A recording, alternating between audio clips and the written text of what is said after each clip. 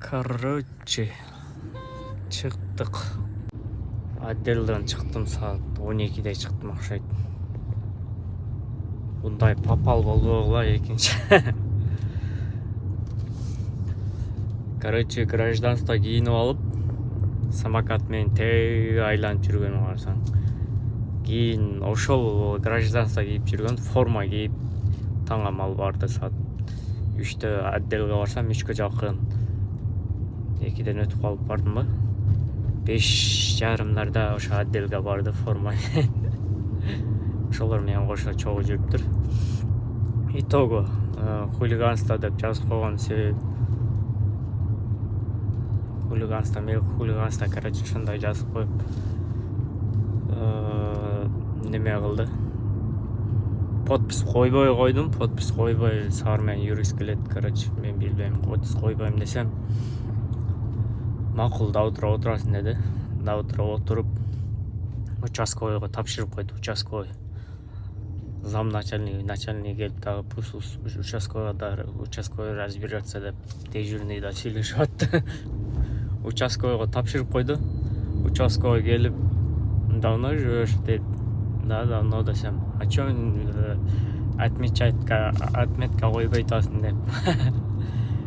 Участковыйга акча бербейт элем, лишний акча бербей мага.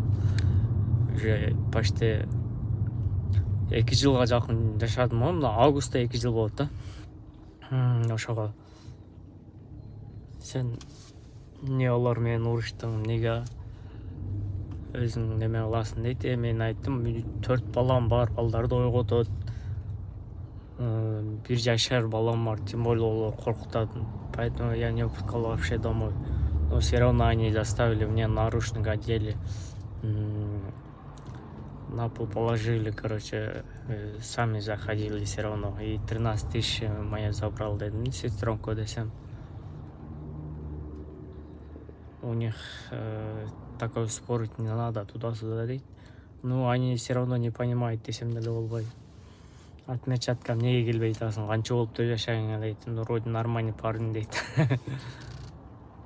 Я скоро здесь не живу, наверное, уже. Короче, договор бар эле, по договору жашайт элем. Неме регистрация койбойт эле, хозяин койбой койгон. Ошого дагы по месту регистрация жашабайсың деп туруп, административный 5000 штраф жазып берди. Бүгүн жазып берип, экону кой берди. Эми квартира алмаштырыш керек. Квартира жакшы райондордон өткөзө тургандар болсо жазгыла.